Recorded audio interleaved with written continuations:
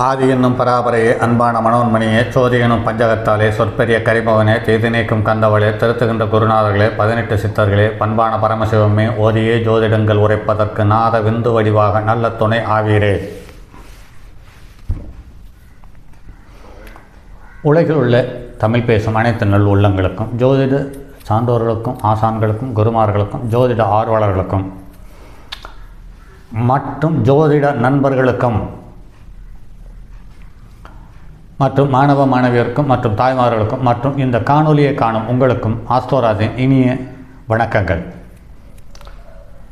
தொடர் பதிவாக புலிப்பாணி ஜோதிடம் என்ற நூலிலிருந்து பாடல்களும் கருத்துக்களும் அதோடு சேர்ந்து என்னுடைய சொந்த அனுபவம் சார்ந்த தகவலையும் தொடர்ந்து தந்து கொண்டிருக்கிறோம். அந்த வரிசையில் இன்று பாடல் எண் 261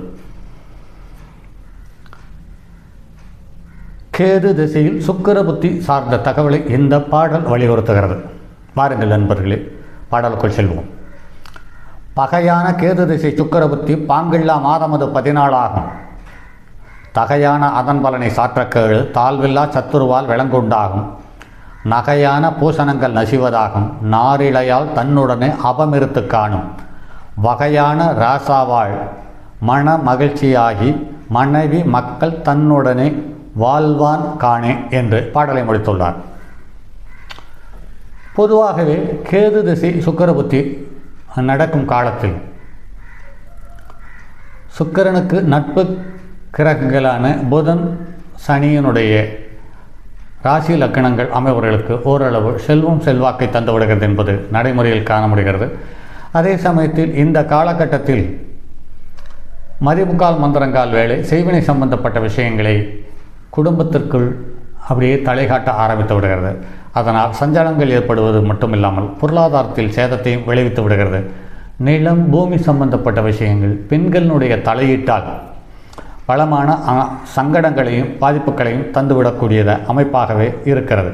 அதே சமயத்தில் நீண்ட நாட்களாக தவறு செய்து கொண்டிருந்தவர்கள் சமுதாயத்திற்கு அல்லது நாட்டுக்கு புறம்பான நிகழ்வுகளை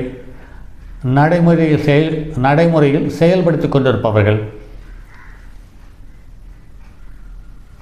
விலங்கு போட்டுக்கொள்ளும் காலம் அல்லது விலங்கிடக்கூடிய காலம் அல்லது தண்டனைக்கு உட்படுத்தக்கூடிய காலமாக அமைந்து விடுகிறது என்பது நடைமுறையில் காண முடிகிறது.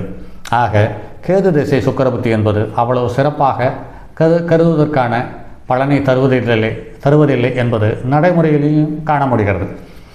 அடுத்து பாருங்கள் என்பதில் பாடல் எண் 262 கேது திசையில் சூரிய புத்தி சார்ந்த பலன்களை இந்த பாடல் வலியுறுத்துகிறது. பாரப்பா கேது திசை சூரிய புத்தி பாங்கான நாளதுவும் 126. பாரப்பா அதன் பலனை சொல்ல கேளு ஆகாச சத்துருவால் அக்னியும் பேயும்.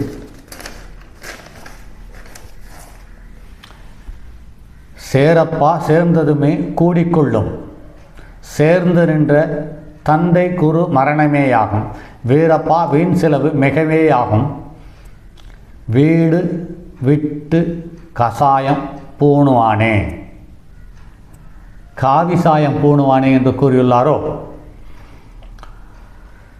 கேது திசையில் சூரிய புத்தி என்பது 4 மாதம் 6 நாட்கள். இந்த கேது திசை சூரிய புத்தி என்பது கேதுவுக்கும் சூரியனுக்கும் ஒன்றுக்கொன்று ஒத்துப்போகாத ஒரு சமாச்சாரங்கள்.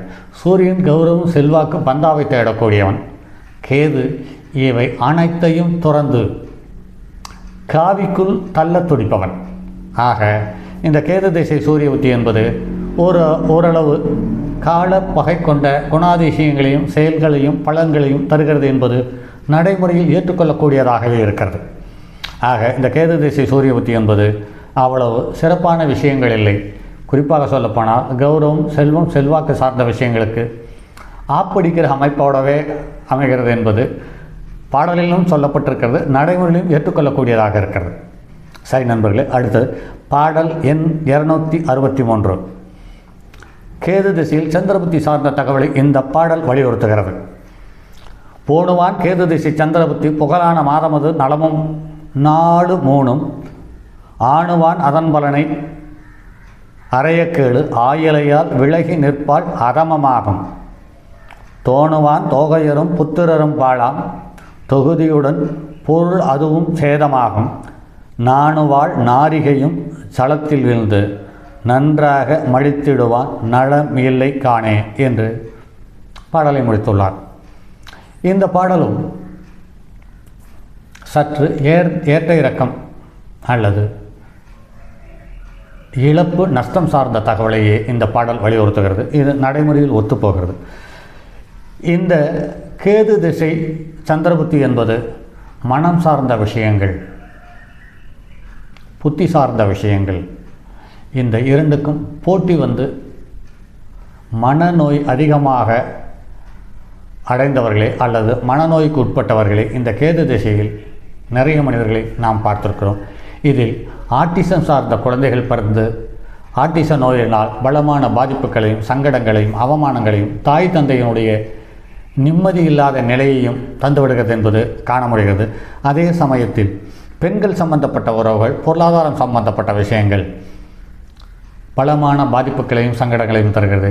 இதில் ஸ்திர லக்கணங்களுக்கு ரிஷப லக்கணத்திற்கும் சிம்ம லக்கணத்திற்கும் விருச்சிக லக்கணத்திற்கும் கும்ப லக்கணத்திற்கும் இந்த கிரகம் எங்கு நின்று தசாபுத்தி நடத்தினாலும், ஒருவருக்கொருவர் திரிகோணத்தில் இருந்தாலும் அல்லது வெவ்வேறு ராசி கட்டத்திலிருந்து ஒரே பாகையில் அமைந்திருந்தாலும் பாதிப்புகளை தந்துவிடுகிறது என்பது நடைமுறையில் காண முடிகிறது.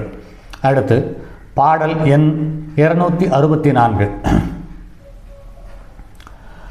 தானென்ற கேது திசையில் செவ்வாய் புத்தி தாழ்வான மாதமது 127 வானென்ற அதன் பலனை வலுத்த கேளு வன்மையுடன் சத்துருவும் தானே உண்டா கோனென்ற திரவியமும் சேதமாகும் கோதையரால் குள மதுவும் நாசமாகும் தேனென்ற திரவியமும் சேதமாகும் திகிட்டாத துணை தம்பி தீதுண்டாமே என்று பாடலை முடித்துள்ளார்.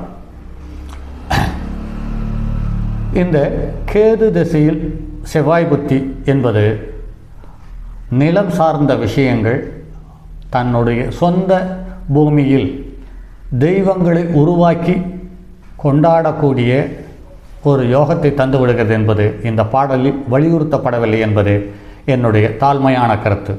குறிப்பாக இவர்கள் விநாயகர் கோவிலிலும் முருகன் கோவிலிலும் பூசாரியாகவோ அல்லது நிர்வாகம் செய்யக்கூடியவர்களாகவோ நிறைய ஜாதகத்தில் நான் கண்டிருக்கிறேன். அதற்கு அடுத்து இது பெண்கள் சம்பந்தப்பட்ட உறவுகள், இளைய சகோதரம் சம்பந்தப்பட்ட விஷயங்கள், அண்ணன் தம்பி பாகப்பிரிவினை சம்பந்தப்பட்ட விஷயங்களில் அவமானத்தையும் இழப்புகளையும் தந்துவிடுகிறார்கள். அதே சமயத்தில் ஒன்றுக்கு மேற்பட்ட ஒரே குடும்பத்தில் உள்ளவர்களுக்கு இந்த அமைப்பு இருக்கும் பட்சத்தில் அவர்களுடைய காலங்காலமாக இருந்து வந்த குடும்ப கௌரவத்திற்கும் மதத்திற்கும் ஜாதிக்கும் அவமானத்தை தந்து வருகிறார்கள் என்பது நடைமுறையில் காண முடிகிறது. அதே தான் இந்த பாடலிலும் வலியுறுத்தப்பட்டுள்ள என்பது காண முடிகிறது.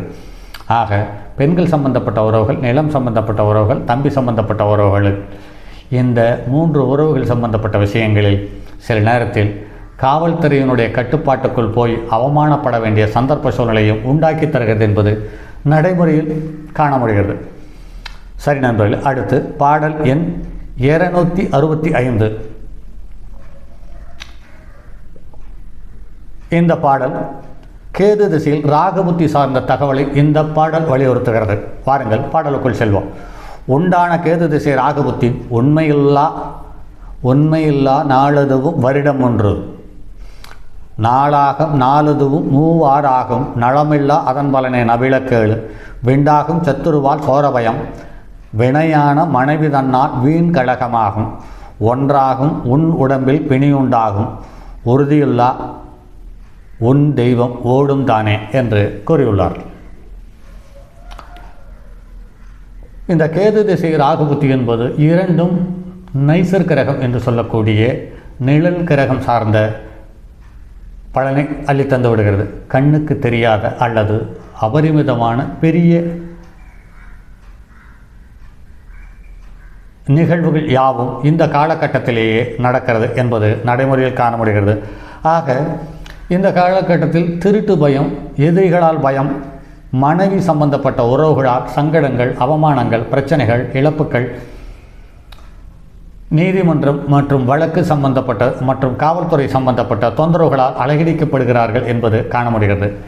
இதுவே 1, 4, 7, 10 இந்த கிரகங்கள் அமைந்து இந்த கிரகம் நின்ற வீட்டிற்கு 1, 4, 7, 10 கிரகம் அமைய பெற்றிருப்பின் அவர்களுக்கு சொந்த ஊரில் அல்லாது வெளியூரில் மிகப்பெரிய யோகம், செல்வம், செல்வாக்கு சார்ந்த விஷயங்களுக்கு இவர்களுக்கு ஈஸியாக கை கொடுக்கிறது என்பது நடைமுறையில் காண முடிகிறது. இந்த கிரக அமைப்பிற்கு பெயர் பர்வத யோகம் என்று சொல்லப்படுகிறது. இந்த பர்வத யோகம் சொந்த ஊரில் உள்ளவர்களுக்கு, சொந்த நாட்டில் உள்ளவர்களுக்கு, சொந்த மாநிலத்தில் உள்ளவர்களுக்கு, சொந்த மாவட்டத்தில் உள்ளவர்களுக்கு பெரியதாக ஒன்றும் வழங்கவில்லை. வெளிநாட்டில் சென்றவர்களுக்கு மிகப்பெரிய யோகத்தை அள்ளித்தெளித்து விடுகிறது என்பது காண முடிகிறது. அப்படி ஒரு ஜாதகம் ஏ.கே. நாகராஜன் என்று சொல்லக்கூடிய சங்ககிரி மாநகரில் அக்கமாப்பேட்டையில் வாழ்ந்த மிகப்பெரிய டைரக்டர்களில் ஒருவரான பக்தி படத்தை எடுக்கக்கூடியவரின் ஏ.கே. நாகராஜன் ஜாதகத்தில் இந்த அமைப்பு இருக்கிறது என்பது தாழ்மையோடு கூறிக்கொள்ள விரும்புகிறேன். சரி நண்பர்களே, நன்றி. மற்றும் ஒரு பதிவில் சந்திப்போம். அதுவரை உங்களிடமிருந்து விடைபெறுவது உங்கள் அன்பு நண்பன் எம். ராஜரத்தினம். வணக்கம் நண்பர்களே. தங்கமான் மழுவோடேந்தி தன்முதிர் தலையில் கொண்டோர் மங்கையர் பதிக்குச் சொன்ன மாமொழி ஜோதிடத்தை இங்கு யாம் உரைப்பதற்கோர் இமை என்னும் பிழை வராமற் காக்க செங்கன் மால் மருகன் யானைச்சிறன் பதம் கப்பதாமே.